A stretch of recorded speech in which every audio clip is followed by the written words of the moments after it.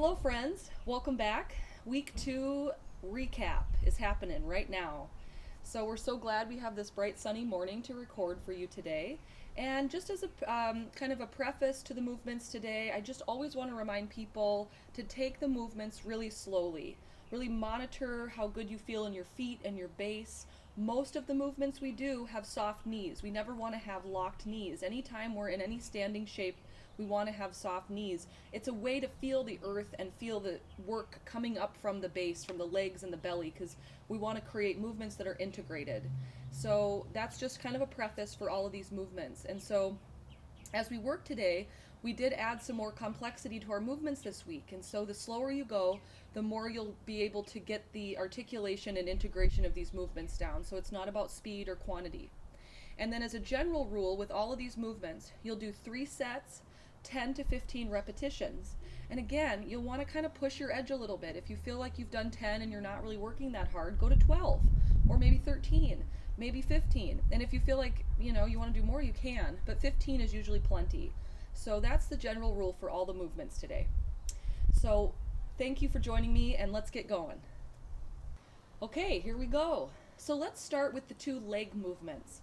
Now, as I introduce these movements, you can do them in any order that you see fit. Some of you may like to do the leg movements together, back to back, or you might end up doing a leg movement and then switch to an upper body movement so that the legs feel strong enough to get through those 3 sets or 15 repetitions. So take this in any order that you feel most comfortable and most strong. So the first movement is the side step lunge with optional balance. So I'll just demonstrate the simplest version and then we'll work our way to the most complex version. You can hold any amount of weight in front of you at the heart level. As you begin, you'll just take a step out, squat. And when you squat, the weight isn't coming forward into the toes, it's coming back into the heels, the butt's reaching back and down. As you squat and come up, the weight will come up with you, you'll step together. Step out, squat, step together, press. So this is the most basic form of the movement. If you're feeling like you've got some rhythm here, you've got some stability in standing leg, then you can opt for a balance. Bring the knee up and in. This will add some core balance, some stability work in the standing leg. This knee coming up will give you a little core work. This overhead press is giving you some shoulder and tricep work, and it's increasing the amount of instability in the movement. So as you feel like, okay, I'm getting good at this, you can add a balance pad that we've been using, these blue pads, little bit more instability for standing leg. And then of course, if you've got fancy equipment at home, I found this on Craigslist because these are normally quite expensive, but I found this Bosu ball, they call them, and you can add even more instability. If you have weakness in knees or ankles, I'd recommend just steering clear of this for now, but if you're feeling like you want the challenge, stepping out and up, balancing. And so I'm just doing this one side, but after you do 10 to 15 on one leg, switch legs and do the other leg, stepping out and balancing. Okay, for the next movement, call this one the halo, and a lot of you were doing this in class and I corrected some of you, so I'll just make this fine-tuned point to begin. In our normal squat movements, we have some base, some wide feet. In this movement, the halo, we have narrow feet, and this will add a little bit of instability, but it'll also make the movement a little smoother. If the feet are wide, it gets kind of clunky in the hips and the knees. So feet are pretty close. Come down into a squat, weight back into the heels. The weight starts to the outside of the knees. As you come up and around, behind the head, back in front, ending at the opposite side knee. Up in the front, back behind the head, and down. Now, I heard in class that for some of you, when you come back and around the head, when you're here, it can feel compromising in the low back because you could really arch here. So it's a lot of front belly support. Keep a softness in the knees. You don't have to lock out the knees and come straight up. You might arch too much in your back. So as you come through here, you're coming down low, coming up in those legs behind the head and back around. So you take this as slow as you need to and see all the movement that's happening for my feet and knees and hips and spine. This is not a static movement. This is very dynamic. Full body is working. So this is the halo movement. And here, one set or one count is getting all the way back around to starting. So if we start here, it's 1. And you can do 10 or 15 of those. And again, just like the other movements, if you want to add instability, you've got blue pad to stand on, doing the same movement, or again, Bosu ball if you've got one of those at home. So you don't have to add instability if that's plenty of work. Those two movements will be a really good warm-up for you. They'll get your cardiovascular going, they'll get your legs, core, upper body.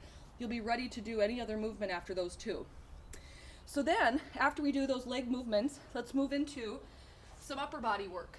Now you can do this in any order that you see fit. So you pick the order. Now I'll just start with these yellow band ones that everyone seemed to kind of grr about. So again, softness in the knees, using that belly strength, put some tension on the band, and then just open the arms and release. But we don't want to release till they're slack. We want to keep some tension on here. And the arms are straight, hands are about shoulder height. So open up, little release. Open up, little release. Open up, you'll feel these a lot in the shoulders, behind the back, triceps. This is just getting those bikini and sleeveless shirt arms going for you. So this is a good one to have. So we do 10, and maybe just 10 of those if they're feeling like too much work or you're gripping a lot in the jaw or you're not breathing. So just make sure to take a break, get your breath, and then finish your repetitions if you need to. No reason to blast through without breath, just like in our yoga practice.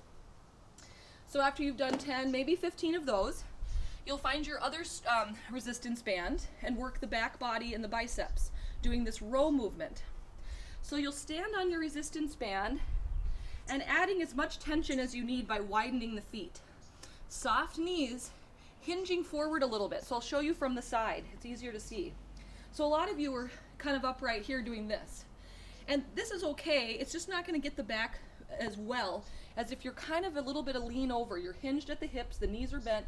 And it might be helpful to be looking into a mirror when you're doing this to see if the angle of your spine is good. And of course, I'm not hanging out here. I've got a little bit of belly tone holding my low back in place.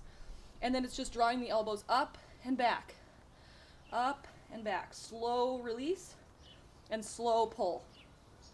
And so you should feel these in the back body. You might feel a little bit in the legs. Might be a little bit in the shoulders.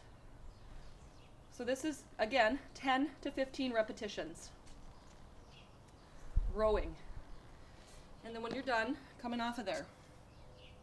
And then our final movement we had was a trunk rotation.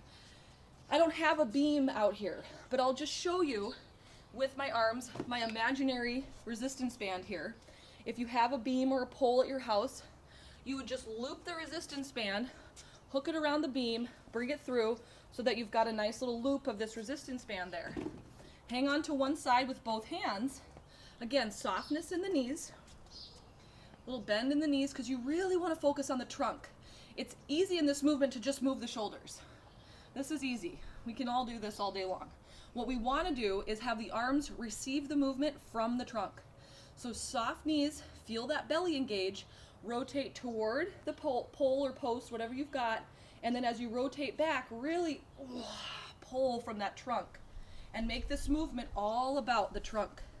As you rotate back, go just as slow. Now the trick is to have enough resistance on the band so that as you come back to the starting place, it's not loosey-goosey. You've still got tension on.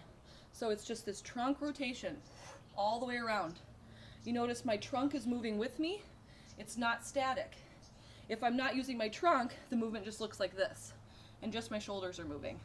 So really rotating around and back, and around and back. Okay, so here we are for the floor movements. We're going to do the alternative trunk rotation with the legs over the ball. If you do not have a resistance band or you don't have a post or a pole to then do that rotation movement, we're going to show you the one on the floor with this big balance ball. Then we'll do a whole sequence of different things you could do with plank. There's like a million things you can do with plank, from just standard holding yourself up in plank to coming up on the ball and doing abs with plank. I mean, there's just so much. So I'll just show you and give you all those alternatives. And then we'll finish up with working the six-pack, the rectus abdominis, this part of the belly that we all think is the most powerful, but really it's just the superficial fast twitch supporting muscle group. And so we'll try that out. So let's start with the trunk rotations. So come on to the back. You have to have some kind of ball. It could be weighted or it might not be weighted. It could just be one of those squishy balls you get at the grocery store. So it doesn't have to have any weight. It will just add some more support for the movement if it has some weight to it. So the legs are draped all the way over the ball. Calves over the ball, thighs are touching the ball, and then find a squeeze between the knees. To me, that's the hardest part to maintain, is the squeeze of the knees. What that's doing is it's igniting the inner seam of your thighs and the pelvic floor to support the movement. Arms come out to the side, palms down. These palms on the floor are going to help support you as you rotate and come up and down out of this rotation. So you'll do 10 to 15 of these. Their back is 1. So the rule of thumb is as you come over to one side, you go as far as you feel like you can go, so that it's like, ooh, I might not be able to come up from this. It's work. So you'll give the ball a squeeze, and then come up. And then come to the other side as far as you can go, till you think like, uh-oh, I might not be able to come up from there. Squeeze the ball, and come on up. You'll start to feel it in the base of your belly and in the side trunk. So this is the trunk rotation alternative. And this might be preferable to you. It feels really good. It's nice and slow and meditative. So this can be really nice, doing these on the floor. And a nice break from a lot of that cardiovascular work we've been doing on the feet. So that's the trunk rotation alternative. Once you're done, just set the block aside, or set the weight or the ball aside. Set the big ball aside. We'll roll over and come to our planking work. Now, with planking work, you can start with the knees down. One of the key pieces of alignment with planking is in the upper body, you want the joints to stack. So if you're on your hands, you want the shoulders above your wrists. If you're on your forearms, you want the shoulders above your elbows. So it's not elbows out, it's elbows in. So that's just a key piece of alignment here. So let's show you the first options for planking. Just your standard plank. Hands down, shoulders above wrists, knees come back. Now take a look here. I'm not flopping my belly and letting it hang down, nor am I having my butt real high. It's this in between where you feel like, okay, I'm coming down, coming down, coming down, lock into place, this sense of the belly holding you up here.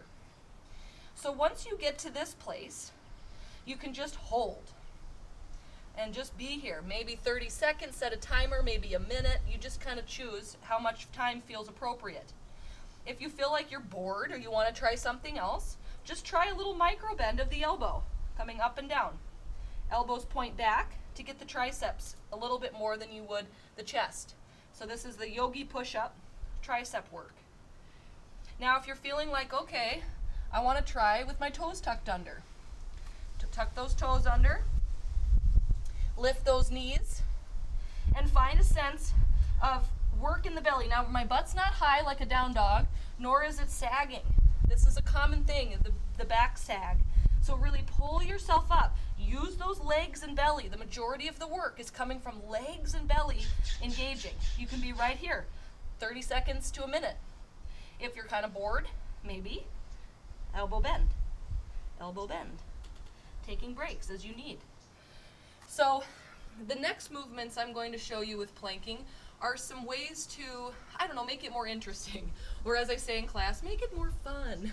Some of you don't define this stuff as fun, but it can be because it's kind of a create your own experience. So this next movement might be fun to try on if you want to practice stabilizing on one arm and really using the core. So in this movement, it's not a lot of wobble in the body.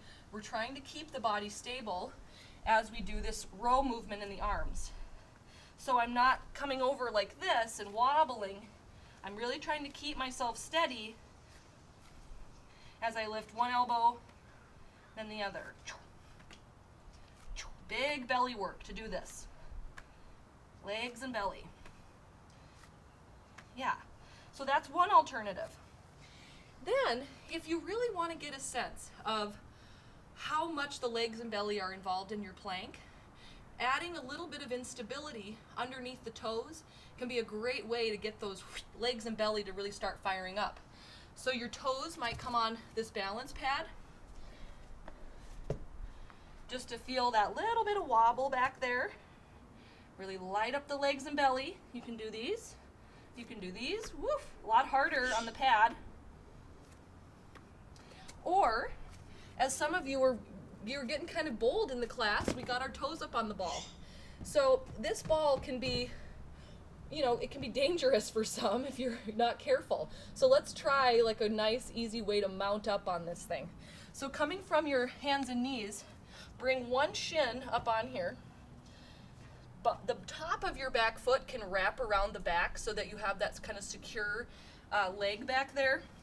And then when you're ready to, come on up there, bring the other leg up. This is work right here. This is really getting the belly. You might feel a little more in the hands and arms because you're now having to really get some weight shifted in there. And then again, you might try a little bend. This is kind of fun to add a little bit of roll in for the belly and abs to work a little.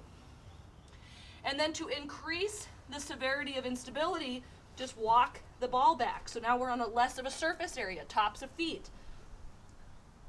Rolling in. Maybe coming to toes. Rolling in. Or pushing up. So any of these planking alternatives can be added in time.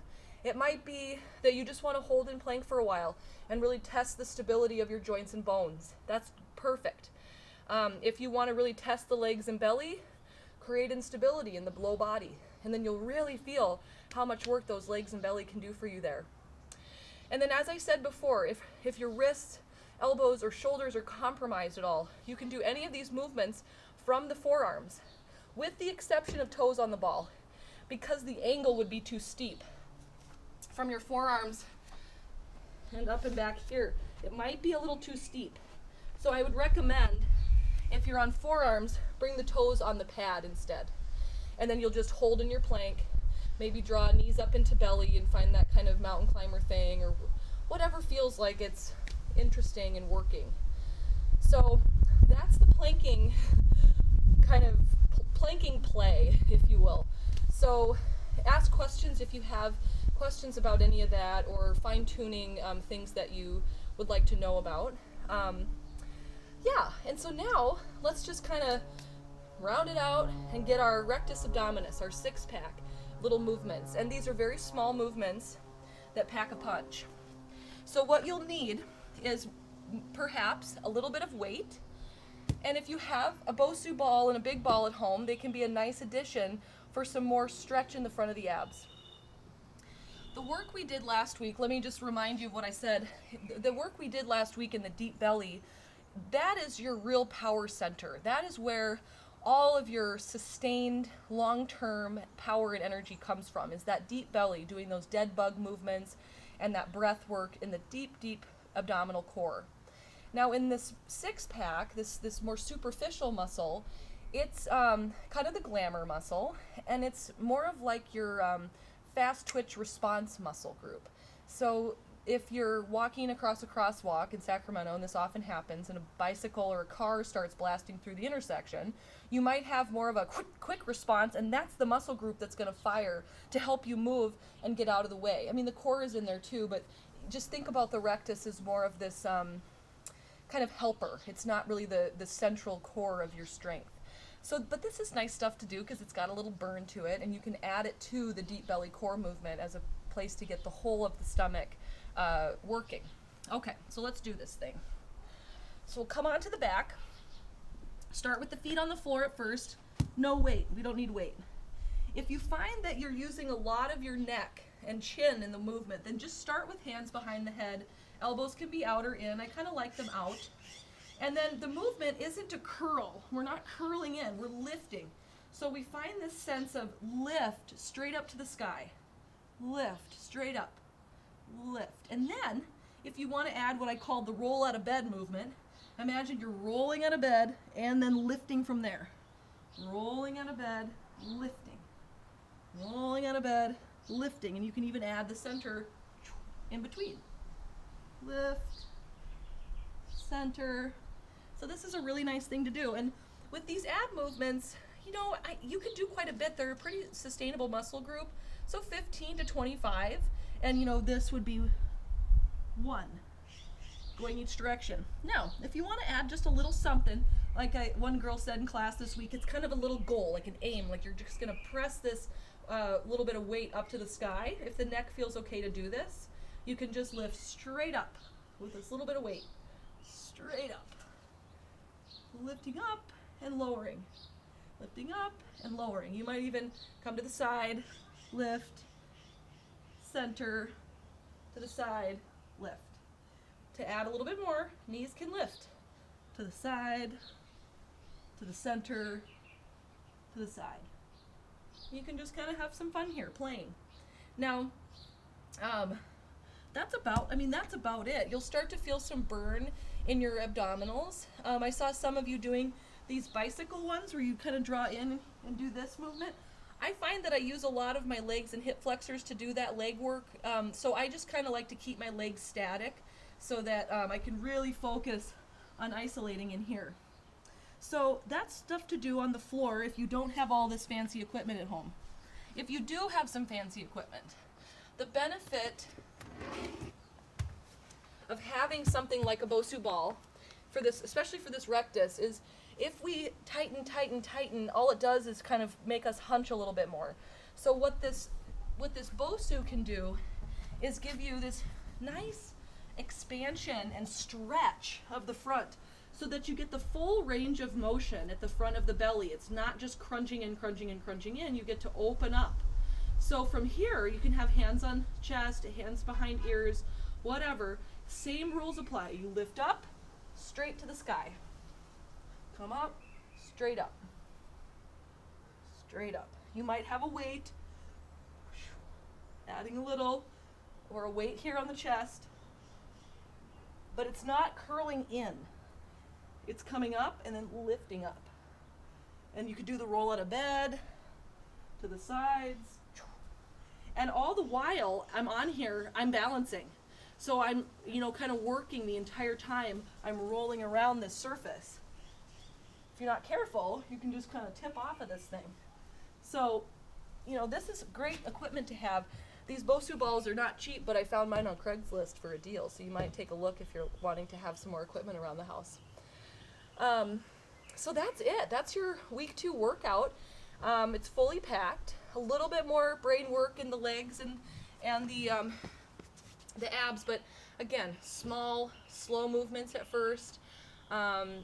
Make sure that you have enough breath to get through them all. And reach out to me, please, if you have any questions, or when I see you around the studio, feel free to ask me questions. My hope is that you do these routines at least twice a week. You don't need to do them much more than that. I would say in between doing these strength routines, you have some cardiovascular routine, a brisk walk. If you belong to a gym, you can go for a swim or do a stair climber or something. But just to add a little bit of cardiovascular so that it supports these movements, because they are very cardiovascular in nature. You'll get your wind going. So yeah, that's my suggestion. I hope you guys have a beautiful week, and I'll see you very soon. Be well.